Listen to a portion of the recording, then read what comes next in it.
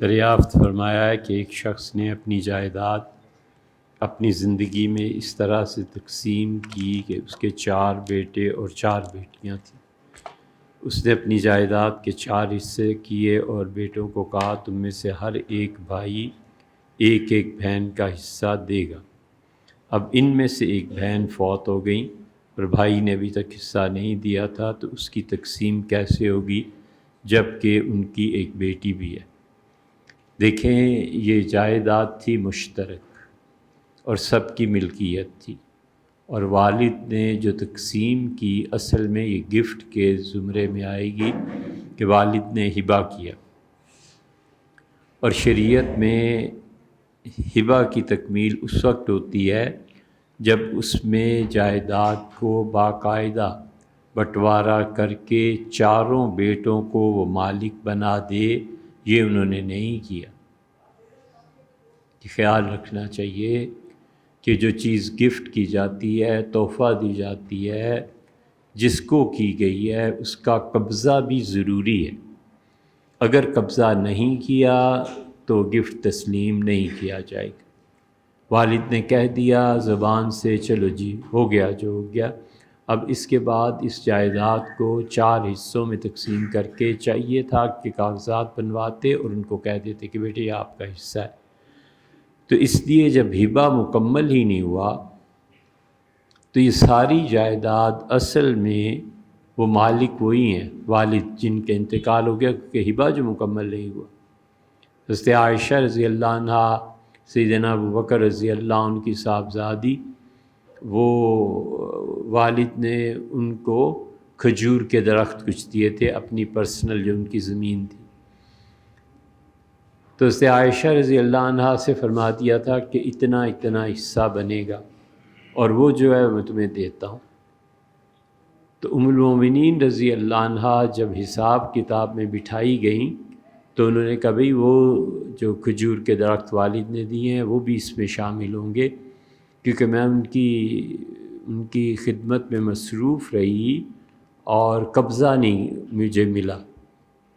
تو والد کے انتقال کی وجہ سے یہ پراپرٹی اصل میں تو انہی کی رہی نا، میں نے قبضہ جو نہیں اس پہ کیا، تو اس لیے انتقال کے بعد یہ جائیداد ان کے ترکے میں شامل ہو جائے گی، اور جتنے بھی 8 بہن بھائی ہیں نا، اب اس کی تقسیم شریعت کے وراثت کی جو قانون ہے اس کے تحت ہو۔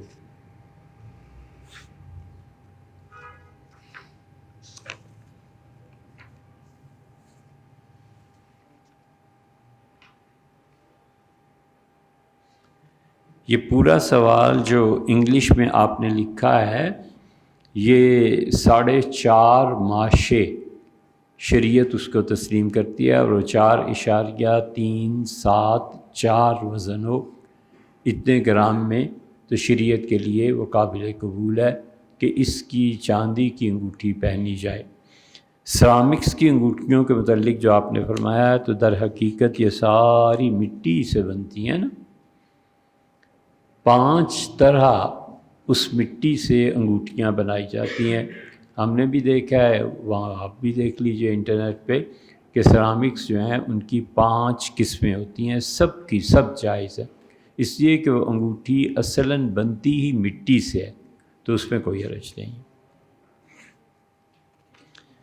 سوال ہم پڑھ دیتے، لیکن یہ سارا سوال جو ہے نا اپنے ایسی رومن اردو میں لکھا ہے، یہ پڑھنا کوئی اتنا آسان نہیں ہوتا، تو بھیا یا تو بالکل صاف انگلش میں سوال لکھ دیں، اردو میں لکھ دیں، فارسی عربی میں لکھ دیں۔ اب یہ جو ہے نا ای کے ایک اس طرح سے ہجے کرنے پڑتے ہیں اور وہ بہت وقت لگ جاتا ہے۔ شکریہ آپ کا پوچھنے کا۔ پاکستان کے قابل احترام دیوبندی مسلک کے فکر نے فرمایا اچھا کہ فرض نماز کے بعد ہاتھ اٹھا کر دعا مانگنا، اس کا کیا حکم آپ نے پوچھا ہے نا سلمان صاحب بامبے سے، تو سیدھی سادی سی بات ہے کہ فرض نماز پڑھنے کے بعد ہاتھ اٹھانے کا ثبوت حضور صلی اللہ علیہ وسلم سے ثابت شدہ چیزیں ہیں، اس میں دخل نہیں دینا چاہیے، اسے بدعت قرار دینا بہت بڑی جسارت ہے۔ تو احادیث میں آتا ہے کہ حضور اقدس صلی اللہ علیہ وسلم نے فرض نماز کے بعد دعا جو لوگ مانگتے ہیں اس کی قبولیت کے متعلق بشارت دی ہے۔ ہم حنفی اس میں ذرا سی بات کے کرتے ہیں کہ فرض کی تقسیم کر دیتے ہیں۔ ہم کہتے ہیں کہ جس فرض نماز کے بعد سنن موقدہ ہیں، ظہر کے بعد، مغرب کے بعد اور عشاء کے بعد، تو وہ کہتے ہیں 2 رکعتیں سنت کی یہ بہت زیادہ سٹرانگ ہیں، انہیں فرض نماز ہی کا حصہ سمجھنا چاہیے۔ تو فرض نماز پڑھ کے 2 سنتیں پڑھ کے پھر دعا مانگے جتنی بھی ہے۔ حضور صلی اللہ علیہ وسلم نے فرمایا ہے کہ فرض کے بعد دعا قبول ہوتی ہے تو یہ ہے۔ اس لیے صحابہ کرام رضی اللہ عنہم خود بھی فرض نماز کا سلام پھیرتے تھے اور دعائیں مانگتے تھے۔ حضرت صائب رضی اللہ عنہ فرماتے ہیں کہ حضور اقدس صلی اللہ علیہ وسلم جب دعا فرماتے تو اپنے دونوں ہاتھ مبارک اٹھاتے اور فارغ ہو جاتے دعا سے تو انہیں پھر اپنے چہرے پر بھی پھیر لیا کرتے تھے۔ اصل یہ ہے کہ حضور اقدس صلی اللہ علیہ وسلم فال لیتے تھے، بہت زیادہ فال لیتے تھے۔ تو دونوں ہاتھوں کو سیدھا اٹھاتے تھے جب دعا کرنی ہوتی تھی، اور جب دعا دینی ہوتی تھی تو دونوں ہاتھوں کو الٹا اٹھا لیتے تھے، یہ ہے اور یہ کرتے تھے۔ تو جو دعائیں تھیں ان میں ہاتھوں کا اٹھانا یہ دعا کے آداب میں سے بھی ہے، اور حضور اقدس صلی اللہ علیہ وسلم دونوں ہاتھ اٹھاتے تھے تو فال لیتے تھے، اس سے کہ میرے ان دونوں ہاتھوں کو اللہ نے برکت سے بھر دیا، خیر سے بھر دیا۔ تو چونکہ چہرہ انسانی جسم میں سب سے اعلیٰ تصور کیا جاتا ہے، تو دونوں ہاتھوں کو چہرے پہ پھیر لیتے تھے، یعنی وہ برکات جو اللہ نے میرے دونوں ہاتھوں میں نازل کی ہیں وہ میرے چہرے کو بھی اس نور اور اس برکت سے حصہ ملے۔ حضرت مالک بن یسار رضی اللہ عنہ کہتے ہیں کہ حضور اقدس صلی اللہ علیہ وسلم جب دعا مانگو تو ہاتھ کی ہتھیلیوں سے کرو، یہ اندر کی چیز، اور ہاتھوں کی پشت سے نہ کرو، یہ فرمایا ہے۔ اور رسول اللہ صلی اللہ علیہ وسلم خود کئی مرتبہ ایسے ہوا ہے کہ ہاتھوں کی پشت سے دعا مانگتے تھے جب کسی کے خلاف دعا دینی ہوتی تھی۔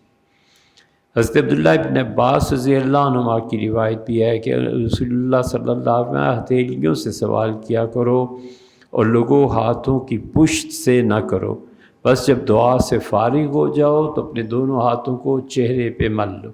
یہ ابھی جو فال کی بات گزری ہے، سیدنا انس رضی اللہ عنہ نے کہا کہ رسول اللہ صلی اللہ علیہ وسلم نے فرمایا جب کوئی آدمی فرض نماز پڑھ لیتا ہے پھر ہاتھ اٹھاتا ہے اور کہتا ہے یا رب، اے میرے معبود، اے وہ ذات جس کی میں عبادت کرتا ہوں، تو آپ نے فرمایا اللہ اس کے ہاتھوں کو خالی نہیں جانے دیتا۔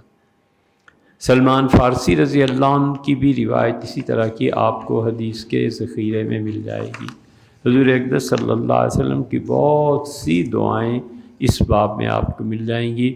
فضل ابن عباس کہتے ہیں، یہ فضل ابن عباس رسول اللہ صلی اللہ علیہ وسلم کی سواری پہ یہ شرف حاصل ہے کہ آپ نے حج میں انہیں آگے بٹھایا تھا۔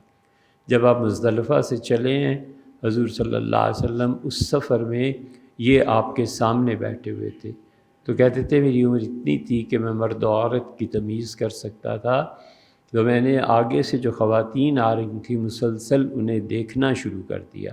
تو حضور صلی اللہ علیہ وسلم نے کچھ نہیں مجھے کہا، صرف میرے سر پہ ہاتھ رکھا اور جدھر میں دیکھ رہا تھا اسے پورا گھما کے ادھر کو کر دیا، یعنی کچھ اور چیز دیکھو، یہ مت کرو۔ فضل ابن عباس وہ ہیں، وہ کہتے ہیں کہ رسول اللہ صلی اللہ علیہ وسلم نے فرمایا 2 رکعتیں ہیں، لوگوں 2 رکعتیں پڑھو، اور اس کے بعد عاجزی اختیار کرو اللہ کے لیے، اپنے آپ کو کمتر مانو، اور پھر دونوں ہاتھ اٹھاؤ اور ہتھیلیاں اپنے چہرے کی جانب کر لو، اور اپنے پروردگار سے کہنا کہ اے میرے رب یہ کر دے۔ تو حضور صلی اللہ علیہ وسلم نے پھر فرمایا دیکھو دعا مانگنا، اور اگر تم ہاتھ اٹھا کے دعا نہیں مانگتے تو پھر تمہاری نماز ناقص رہے گی۔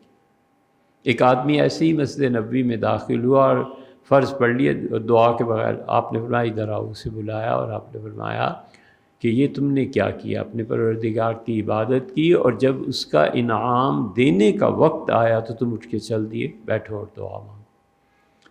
اسی طرح حضرت انس بن مالک رضی اللہ عنہ کی روایت آئی ہے، عمل الیوم واللیلہ میں امام نسائی رحمۃ اللہ کی کتاب ہے، بڑی زبردست چیز ہے۔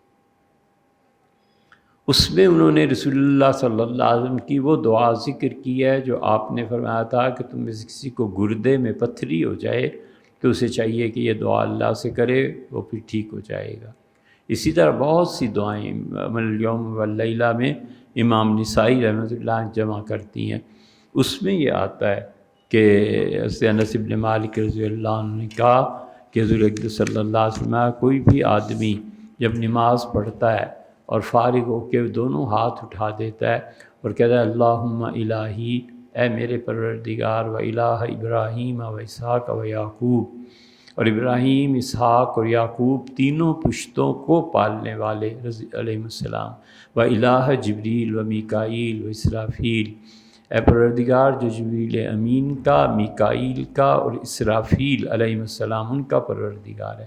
اسرائیل کا ذکر نہیں کیا کیونکہ وہ موت کے ساتھ نسبت ہے نا، تو فعلی ان سب سے اسألک ان تستجیب دعوتی، اللہ آج میرا سوال یہ ہے کہ میں جو دعا مانگوں اللہ اسے قبول فرما لے، فإنی مضطر، اللہ میں بہت شدید تکلیف میں ہوں، وتعصمنی فی دینی فإنی مبتلا، اللہ مجھے بچا لے، میرے دین کو بچا لے کہ میں بہت زیادہ گناہوں میں دھستا چلا جا رہا ہوں، وتنالنی برحمتک فإنی مذنب، اور اللہ اپنی رحمت اس کا فوارہ مجھ پہ کھول دے، اللہ مجھے اپنی رحمت سے گھیر لے، میں گناہ گار آدمی، وتنفی عنی الفقر، اور اللہ میری غربت کو دور فرما دے، فإنی متمسکن، اللہ میں بہت ہی مسکین عاجز آ گیا، الا کان حقا علی اللہ، آپ نے فرمایا جو یہ دعا مانگے گا اللہ کا حق بنتا ہے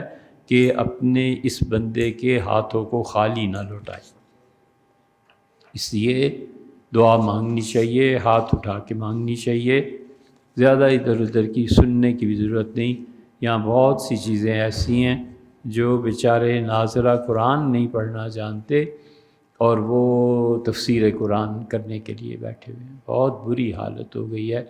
جن لوگوں کو پتہ ہی نہیں ہے کہ دین کیا ہے، وہ بھی ایک خاتون ہے، وہ قرآن پاک کی تفسیر کر رہی تھی، تو کسی نے سوال کیا اسی طرح کہ یہ درست ہے یا نہیں، تو اسے صلی اللہ علیہ وآلہ وسلم پڑھنا نہیں آیا، کئی جگہ کچھ اور پڑھ رہی ہیں، تو ہم حیران تھے کہ بی بی کو کس نے زحمت دی ہے کہ تفسیر کریں، تم درود پورا نہیں پڑھ سکتی، قرآن سے ہی نہیں پڑھ سکتی تھی اور تفسیر لگی ہوئی۔ اپنے ہاسٹل میں جماعت سے نماز کا آغاز کر رہے ہیں، ہر نماز کا ایک وقت مقرر کر رہے ہیں، سوال یہ ہے کہ کیا ہم بغیر اذان دیے جماعت کروا سکتے ہیں 5 وقت، یا پھر ہر نماز سے پہلے اذان دینا لازمی ہوگا؟ اگر کسی دن اذان نہ دی جائے تو پھر مطلب بھول جائیں۔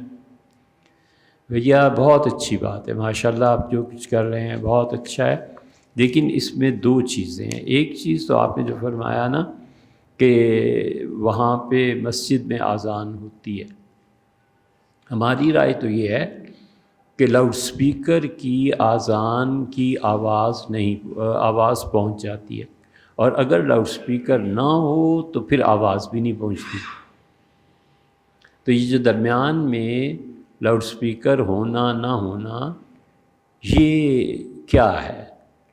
اگر بجلی چلی گئی، کوئی مائک میں گڑبڑ کچھ بھی، تو اذان کی آواز پہنچے گی نہیں، تو آپ کو لا محالہ اذان دینا ہی ہے، اور پہنچ جائے تو بھی ہم جیسے علماء ہم جیسے ولیعذ باللہ نالائق کہتے ہیں کہ اپنی اذان دینی چاہیے، بس مسجد کا کوئی اعتبار نہیں ہے، وقت آگے کریں پیچھے کریں، سب سے اچھی چیز یہ ہے کہ آپ اپنی اذان خود دیں، اقامت خود کہیں اور نماز پڑھیں۔ اور یہ یاد رکھنا چاہیے کہ اقامت جو کہی جاتی ہے یہ اذان سے افضل ہے، اس میں زیادہ ثواب ہے، لوگ سمجھتے ہیں اذان میں زیادہ ثواب ہے، ایسے نہیں ہے۔ الاشباح والنظائر میں ابن نجیم رحمۃ اللہ علیہ نے 17 مقامات ایسے گنوائے ہیں جہاں نفل فرض پہ غالب آ جاتا ہے، تو اس لیے آواز آتی ہے مسجد کی، اگر پڑھ لی تو بس ٹھیک ہے، بعض علماء اس کے بھی قائل ہیں، لیکن دیکھنا چاہیے اپنی اذان دی جائے، سب سے اچھی بات یہ ہے۔ ایک بات تو دوسری یہ بھی سوچ لینا چاہیے بھائی کہ آپ جماعت وغیرہ کی جو نماز شروع کر رہے ہیں بہت اچھی بات ہے، اس میں کوئی شبہ نہیں، لیکن یہ بھی تو سوچیں کہ اگر مسجد قریب ہے تو آپ وہاں کیوں نہ جائیں۔ مسجد جانے کا ثواب، مسجد کو آباد رکھنے کا ثواب، پھر شرعی حکم مسجد آنا اور جانا۔ حضور اقدس صلی اللہ علیہ وسلم نے جب تم مسجد جا رہے ہوتے ہو تو اپنے ہاتھوں کی انگلیاں ایک دوسرے میں پیوست نہ کرنا، تم ابھی بھی اللہ ہی کے سامنے اور تم ابھی بھی نماز ہی میں ہو۔ تو جو راستہ ہے نا گھر سے مسجد تک کا، حضور صلی اللہ علیہ وسلم اس سے بھی ادب اور احترام سے طے کرو، تم اب بھی اللہ کے حضور نماز میں ہو۔ تو یہ ساری چیزیں پھر آہستہ آہستہ رہ جاتی ہیں۔ جس کی مرضی ہے مسجد جائے گا، نہیں ہے تو آپ اس کو کیوں جبراً نماز پڑھانا چاہتے ہیں۔ ایک شخص کمپنی کا ملازم ہے، کمپنی کے مالکان نے اس کو کمپنی چلانے کے سارے اختیارات دے رکھے ہیں۔ اس میں سے ایک اختیار کیا ہے کہ وہ جس کو چاہے پروڈکٹس کی مارکیٹنگ کے لیے ہائر کر سکتا ہے، اور معاملہ عرف میں یہ ہے کہ جو شخص کسی پروڈکٹ کا اشتہار لگاتا ہے اس سے وہ چیز مفت ملتی ہے۔ سوال یہ ہے کہ کیا یہ ملازم خود مارکیٹنگ کر لے اور پروڈکٹ بھی خود لے لے تو کیا یہ معاملہ درست ہوگا؟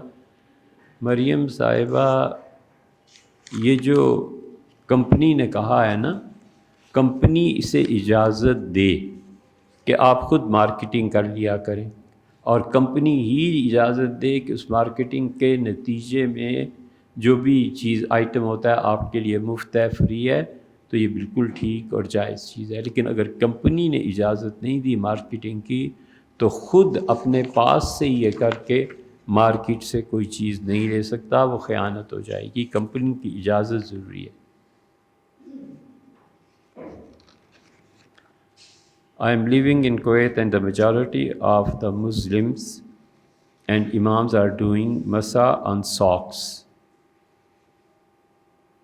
مسئلہ پتہ نہیں کیا لکھا ہے،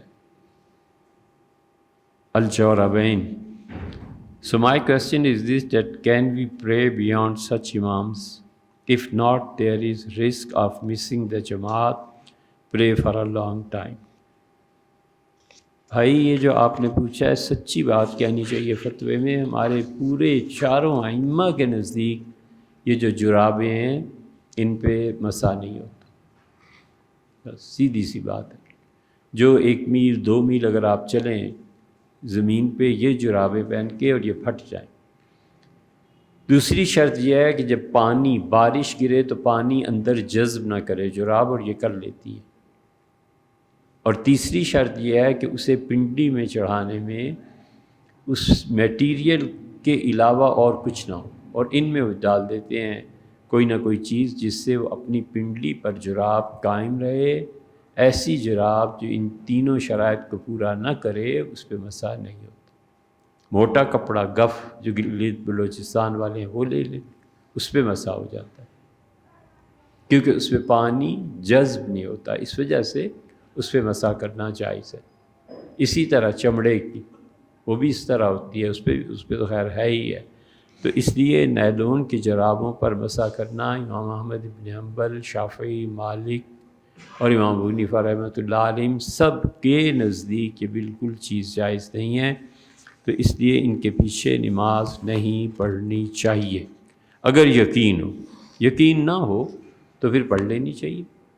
اپنے سامنے کسی نے مسا کرتے دیکھا ہے امام صاحب کو، تو امام صاحب کو ممکن ہو تو سمجھانا چاہیے کہ حضرت آپ پاؤں دھو لیا کریں، کیونکہ کچھ لوگ اس کے قائل نہیں ہیں۔ اس مسئلے کے مسئلے پہ پوری گھنٹے کی یا آدھ گھنٹے کی پتہ نہیں اب یاد نہیں رہا، لیکن ریکارڈنگ اگر آپ چاہیں اس مسئلے کا حل تو اس میں تفصیل سے بیان کیا گیا۔ کیا کسی عالم دین کے جنازے میں شرکت کی وجہ سے میت کی 40 دن تک یا 40 سال تک بخشش ہو جاتی ہے؟ اعجاز صاحب جنوبی کوریا سے۔ سب جھوٹ ہے اعجاز صاحب، کوئی مغفرت نہیں ہوتی، اور نہ ہی کسی عالم دین کے جنازے میں یہ خصوصیت ہے کہ 40 سال کے گناہ معاف ہو جائیں۔ یہ سب گپیں ہیں۔ اس لیے حضور اقدس صلی اللہ علیہ وسلم سے اس طرح کی چیزیں منسوب کرنا جو حدیث صحیح نہ ہو وہ کبیرہ گناہوں میں آتی ہے۔ یہاں تک کہ بعض صحابہ رضی اللہ عنہ قائل تھے، وہ کہتے تھے حضور صلی اللہ علیہ وسلم کا جو فرمان ہے وہ دین کی بنیاد بن جاتا ہے۔ اب اگر کوئی ان کے متعلق جھوٹ بولتا ہے تو دین کی بنیاد کو کھیڑ رہا ہے، اور اس کی سزا دھوکہ دینے کی شرعاً قتل ہے۔ بہت زیادہ احتیاط کرنی چاہیے۔ آپ نے جن علماء کا لکھا ہے، سیوطی رحمۃ اللہ علیہ نے لکھا ہے کہ بے اصل ہے، ہم اپنے حوالہ دے رہے ہیں۔ اسی طرح احادیث میں جہاں پر مباحث آئی ہیں، ملا علی قاری رحمۃ اللہ علیہ نے صاف لکھا ہے کہ جو لوگ کہتے ہیں کہ اذا مر بقریۃ، جب کسی قریے میں انتقال ہو جائے طالب علم کا یا عالم دین کا، تو اللہ تعالیٰ ان مقبرت تلک القریہ 40 یوماً، 40 دن کے لیے خدا اس بستی سے عذاب اٹھا لیتا ہے۔ یہ تو نہیں ہے، سب جھوٹ ہے۔ البتہ ایک صحیح حدیث یاد ہے، اگر آپ چاہیں تو ہم پیش کریں۔ ابن ماجہ میں آئی ہے، حضور صلی اللہ علیہ وسلم پورے شہر میں اگر ایک آدمی بھوکا سو گیا تو لوگوں اللہ 40 دن کے لیے اس کی حفاظت ہٹا دیتا ہے۔ یہ فرمایا ہے۔ اس طرف توجہ نہیں جاتی کہ غریب لوگوں کا بسر زندگی کیسے بسر ہوگی، اس طرف توجہ نہیں جاتی کہ ہم کسی طرح اس غربت کو ختم کرنے کے لیے کام کریں۔ غربت کے لیے کام نہیں کرتے اور فضول باتیں کہتے، فحاشی ہو گئی، عریانی ہو گئی۔ ارے یار، جب تک غربت کا کوئی مناسب حل نہیں ہوتا، مرد کا خون اور عورت کی عصمت، عورت کی عزت، یہ دونوں نیلام ہوتے رہیں گے۔ مردوں کا خون بھی نیلام ہوگا، بیٹیوں اور بہنوں کی عزت بھی نیلام ہوگی، اس لیے کہ تم سرمایہ دار ہو نا۔ اس سرمایہ سے کبھی نجات کا سوچا ہے کہ کیا ہوگا؟ وہ حدیث نہیں ہے یاد رہی کہ 40 دن اللہ امان اٹھا لیتا ہے، تمہارے بم دھماکے اور یہ اور وہ، اس کو بھی سوچنا چاہیے۔ اور رسول اللہ صلی اللہ علیہ وسلم نے تنبیہ کی ہے اس بات پہ کہ لوگ حالات ٹھیک کرنا، معاشرے کو بیلنس کرنا، اس پہ قائم رہے۔ عالم دین کے مر جانے سے 40 سال کے لیے عذاب اٹھا لیا جاتا ہے، اور غریب کے بھوکا سونے سے تم پر کوئی اثر ہی نہیں ہوتا۔ ولیعذ باللہ۔ ایک مسئلہ درپیش ہے، ایک شخص جس کی وفات ہو چکی ہے، ورثہ میں ایک بیٹی بیگم مرحوم کی والدہ، اچھا، اور اس کا ایک بھائی ہے۔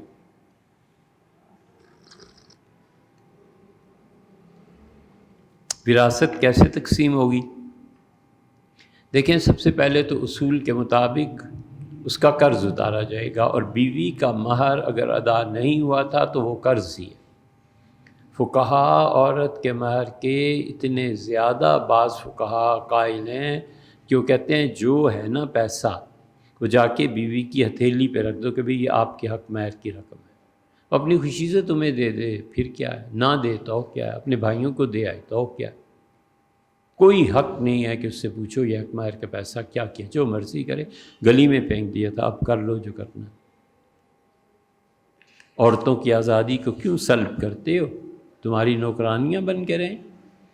اس لیے ساری قرض ادا کر کے پھر جو کچھ بھی لین دین ہے وہ کرنے کے بعد، مرحوم کے ذمے قرض کی ادائیگی کے بعد کسی غیر وارث کے لیے اس نے وصیت کر دی،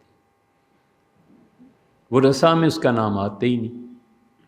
اس سے کہا 1/3 جو ہے نا، یہ فرض کیجئے لاکھ میں 33,000 ہے، تو اس نے کہا بچوں تم میرے وارث ہو، اس میں تو حصہ نہیں ملے گا، لیکن یہ 33,000 تم فلاں غریب کو دے دو، فلاں دوست کو دے دو، فلاں جگہ مسجد بن گیا ہے اس کو دے دو، تو وہ 1/3 حصہ اگر جائز ہو، درست ہو اس کی وصیت، تو دیا جائے گا۔ 1/3 حصہ کبھی کبھی وارثوں کا حصہ بھی اس میں کٹ جاتا ہے، پھر نہیں دیا جائے گا۔ لیکن اس کے بعد جو ترکہ بچ جائے اس کے کل 24 حصے برابر کر کے بیوہ کو 3 حصے دے دیں، ان کی جو والدہ میت کی ہیں ان کو 4 حصے، بیٹی کو 12 حصے، بھائی کو 5 حصے، یہ تقسیم ہوگی۔ اور اس کو ہم نے یہ یہاں پہ لکھ دیا ہے سارا، اگر آپ چاہیں اور یہ فتویٰ یہ ان کے پاس ہے، آفتاب صاحب کے پاس، یہاں آ کے کسی سے پوچھ لیں، ماشاءاللہ سارے علاقے میں مشہور آدمی ہیں اور ایسے کام نیکی کے کرتے رہتے ہیں، ان سے لے لیجیے۔ عبداللہ صاحب فرماتے ہیں کہ اپنی زندگی میں 3 بیٹوں اور ایک یتیم پوتے کو کچھ جائیداد تقسیم کر دی، پھر مرنے سے پہلے وصیت کی کہ میرا مرنے کے بعد یتیم پوتا جو ہے وہ بقیہ جائیداد میں بھی میرے بیٹوں کے برابر ہوگا۔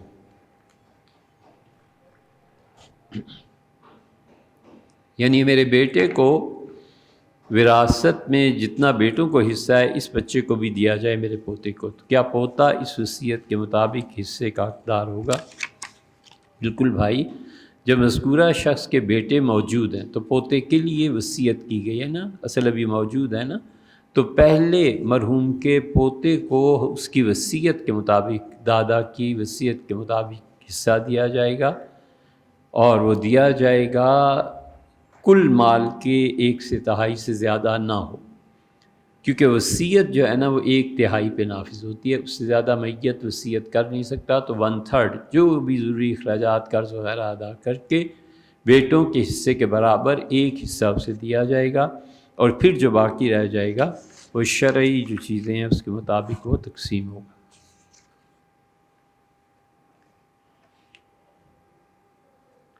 حامد حسن صاحب فرماتے ہیں کہ HR کنسلٹنٹ کو ملازمین خوش کرنے کے لیے ایک طریقہ مقرر کیا ہے، معاہدہ یہ تھا کہ جو امیدوار وہ منتخب کریں گے اس سے پہلی امیدوار کی تنخواہ کا 40% ایک بار ادا کروں گا۔ اس نے ایک امیدوار کا تعارف کرایا جسے میں نے منتخب کر لیا، بعد میں اسی امیدوار نے ایک اور شخص کا خود سے تعارف کرایا، یعنی کنسلٹنٹ اس میں شامل نہیں تھا۔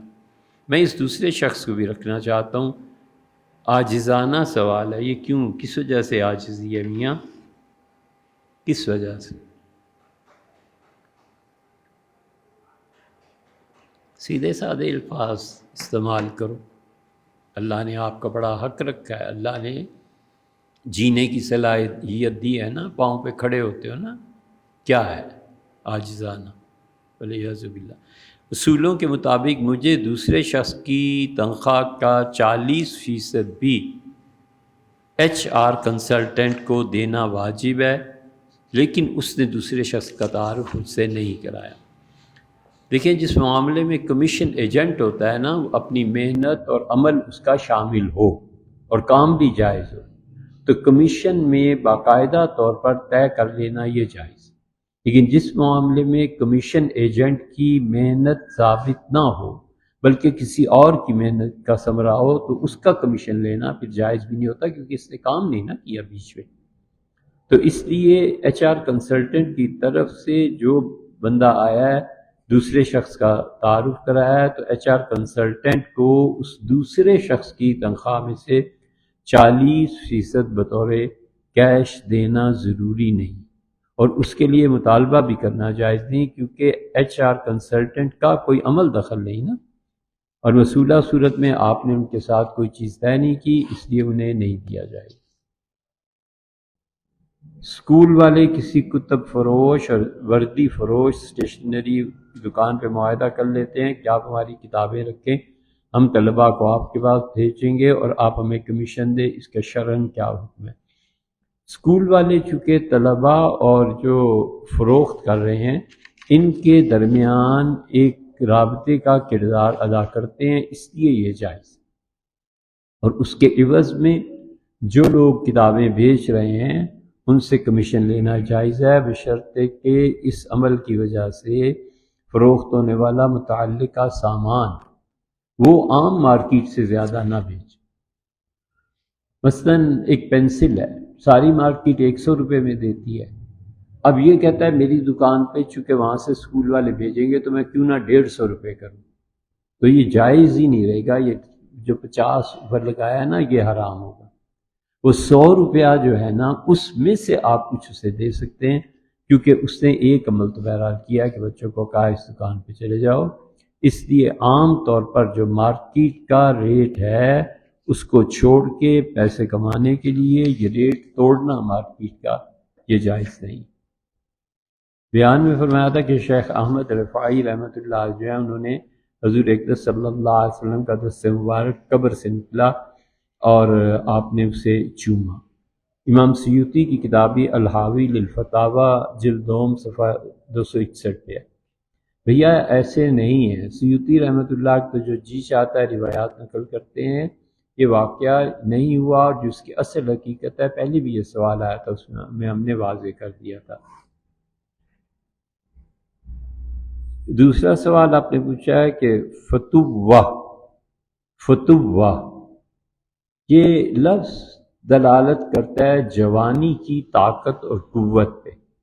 تنویر صاحب میرٹھ بھارت سے پوچھ رہے ہیں، فرماتے ہیں جوان مردی کیا ہے اور یہ کیا ہے؟ تو دونوں ایک ہی چیز ہے، وہ عربی میں ہے۔ اس قال موسیٰ لفتاہ، موسیٰ علیہ السلام نے اپنے جوان لڑکے خادم سے پوچھا کہ لاؤ مجھے بھوک لگی ہے، کچھ کھانے کو دو۔ قرآن کریم میں اصحاب کہف کے متعلق بھی اللہ نے یہ لفظ استعمال کیا۔ تو کسی کا جوان مرد ہونا، کسی کا پوری طاقت کے ساتھ جوان ہو جانا، یہ ان کے لیے لفظ استعمال کیا جاتا ہے۔